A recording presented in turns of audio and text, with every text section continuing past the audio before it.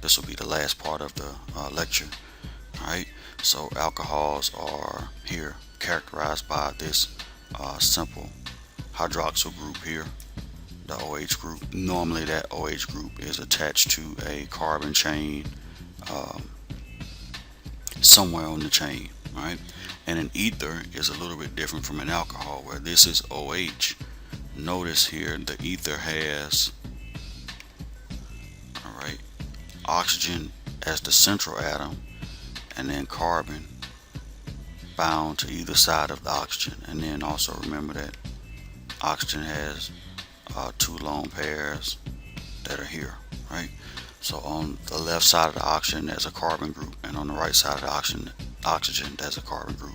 So that's an overview for alcohols and ethers. Now let's look at some compounds that contain them.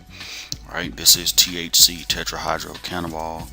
It is the principal component in marijuana, the part of the compound or chemical in marijuana that actually makes you feel quote unquote high.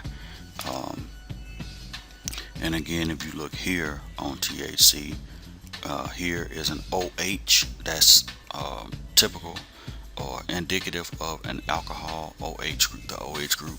And then here is an oxygen with a carbon on the right or the left side and a carbon on the right side. So this is an ether, O, carbon, carbon. Alright, this is vitamin E. This is the alpha tocopherol form of vitamin E, the form that the body prefers.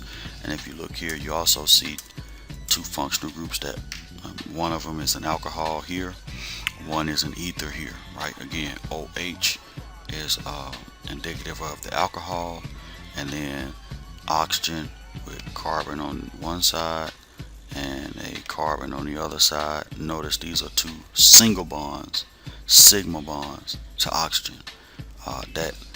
That indicates that functional group is an ether.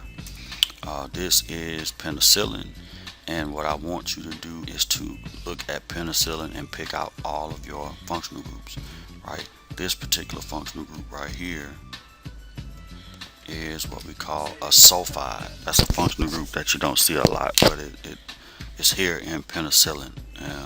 You can pick the other functional groups out, hopefully.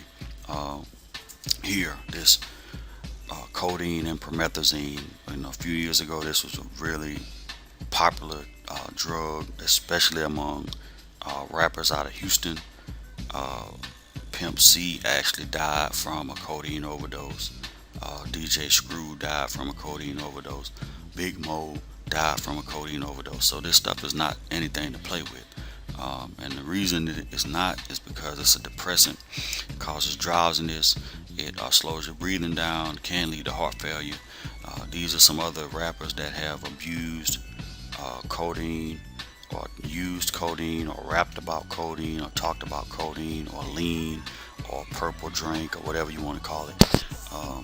Okay, so what I want you to do is to locate all the functional groups that are present in penicillin. We already talked about that. All the functional groups that are present in promethazine, and all the functional groups that are present in codeine. Okay, so we're going to stop here. That concludes the lecture on functional groups. Go back, rewatch it, practice the drawings. Just watch it as many times as you need to.